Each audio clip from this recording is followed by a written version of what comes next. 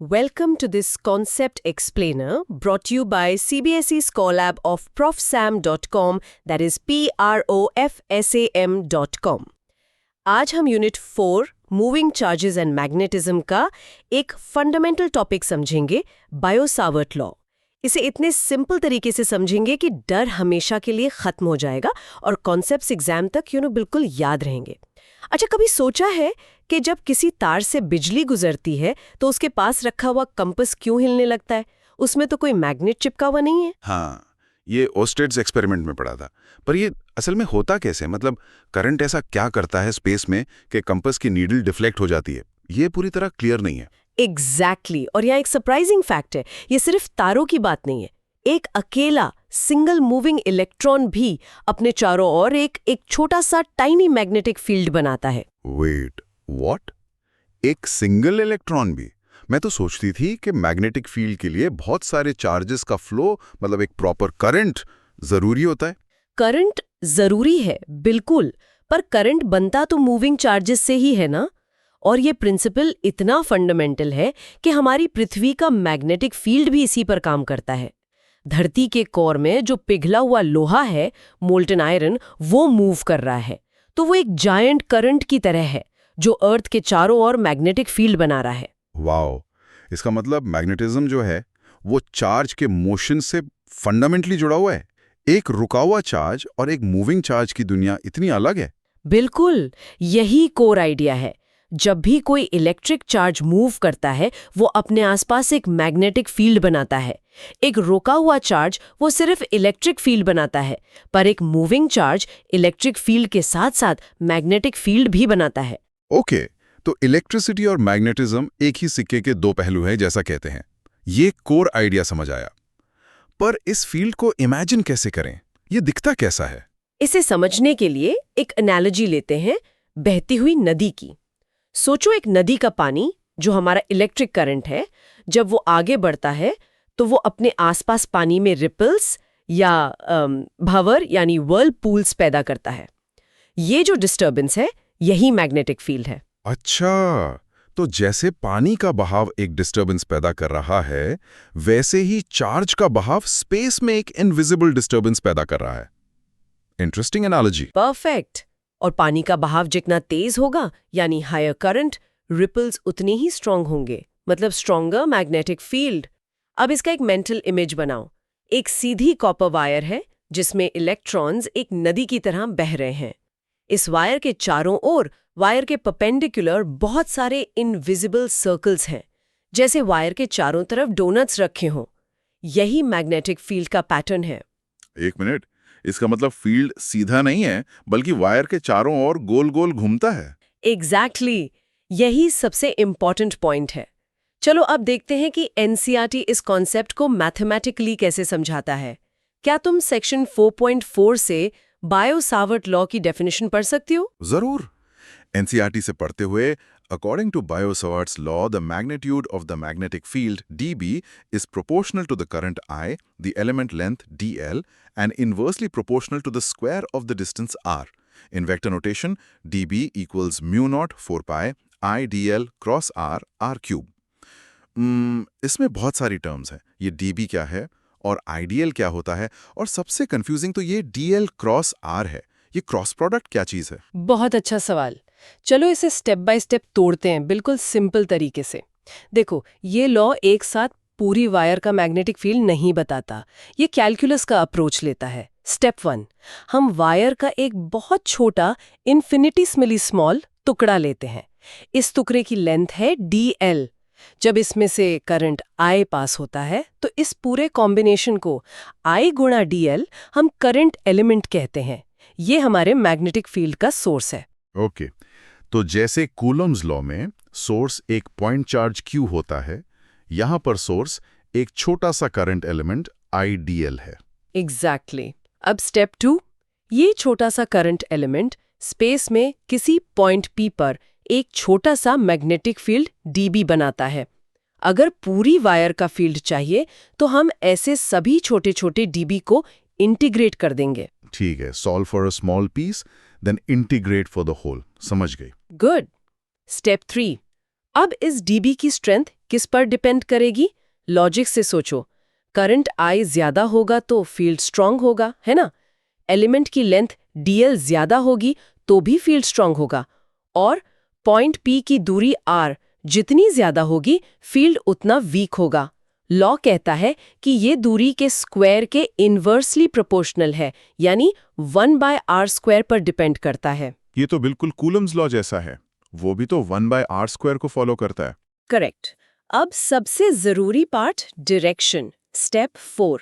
ये dl cross r हमें direction बताता है।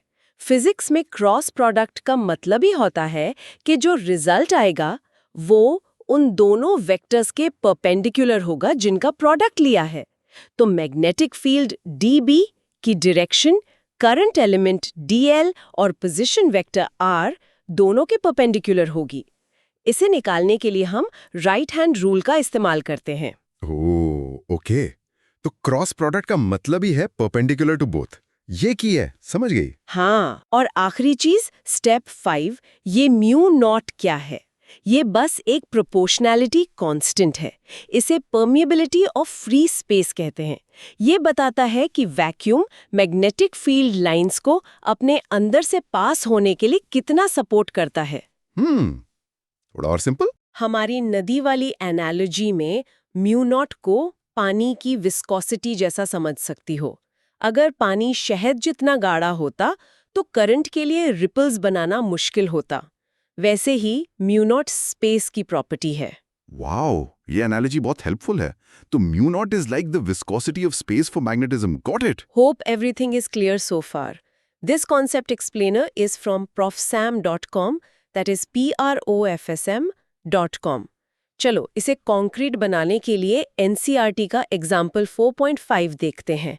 सिंपल है, एक करंट एलिमेंट है जिसे उन्होंने डेल्टा x I कैप लिखा है, ओरिजिन पर रखा है, मतलब x एक्सिस पर। इसकी लेंथ है 1 सेंटीमीटर। इसमें से I = 10 एम्प्स का करंट बह रहा है। हमें y एक्सिस पर 0.5 m की दूरी पर मैग्नेटिक फील्ड निकालना है। ठीक है, तो dl वेक्टर x एक्सिस पर है, यानी उसकी डायरेक्शन i कैप हुई। और जिस पॉइंट पर फील्ड निकालना है वो y एक्सिस पर है, तो पोजीशन वेक्टर r की डायरेक्शन j कैप हुई। परफेक्ट। तो dl और r के बीच एंगल कितना हुआ? x एक्सिस और y एक्सिस के बीच 90 डिग्रीज। एग्जैक्टली। तो साइन 90 डिग्री हो गया 1, जो कि मैक्सिमम वैल्यू है। अब फॉर्मूला में वैल्यूज डालते हैं। dB = μ0/4π I dl sin θ r²।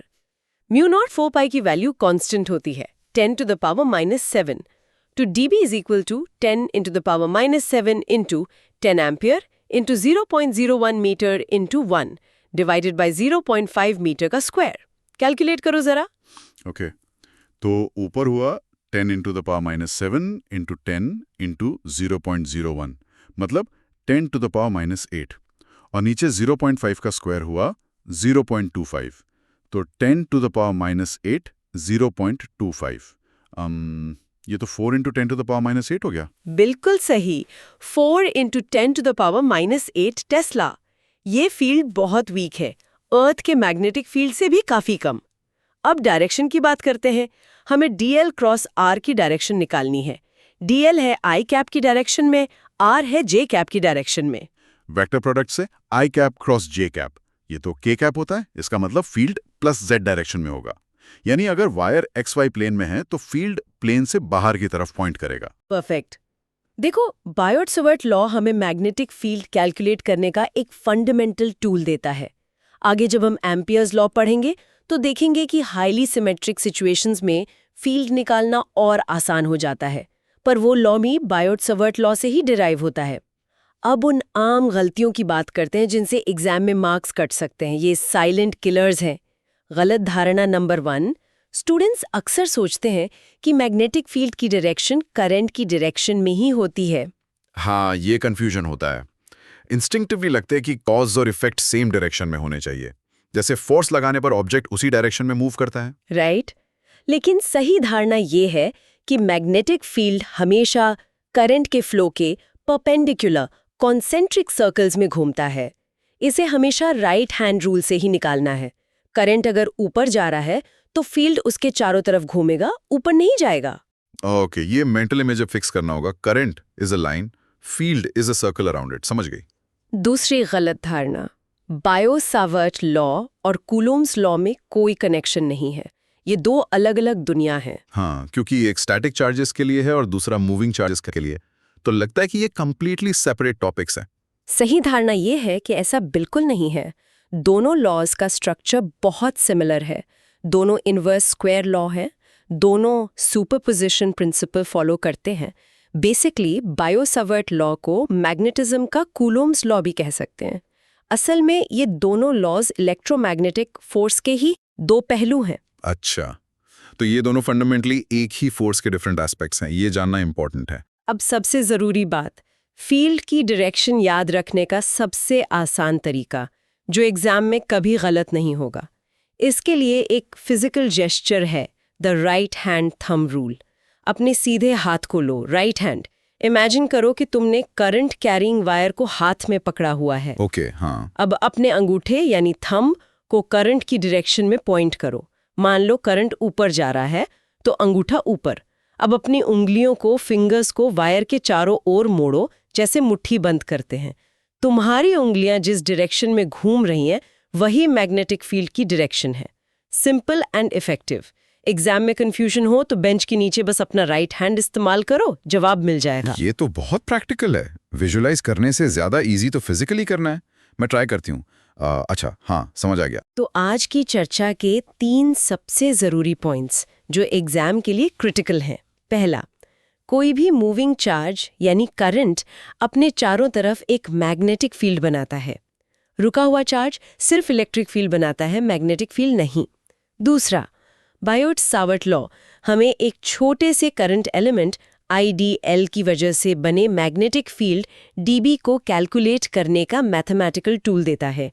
ये मैग्नेटिज्म का बिल्डिंग ब्लॉक है।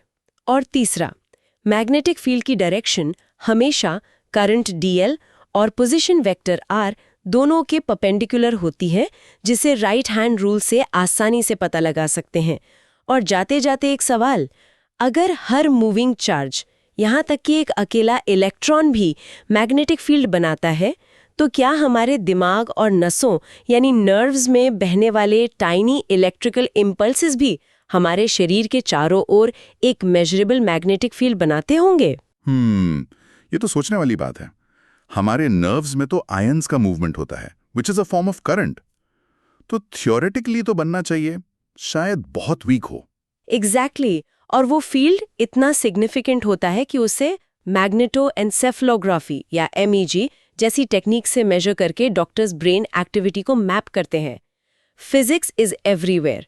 12 CBSE फिजिक्स, केमिस्ट्री और मैथ्स में मैक्सिमम मार्क्स लाने के लिए profsam.com पर विजिट करें। That is PROF SAM, right? Yes, PROFSAM.com। अगली बार तक कीप एक्सप्लोरिंग।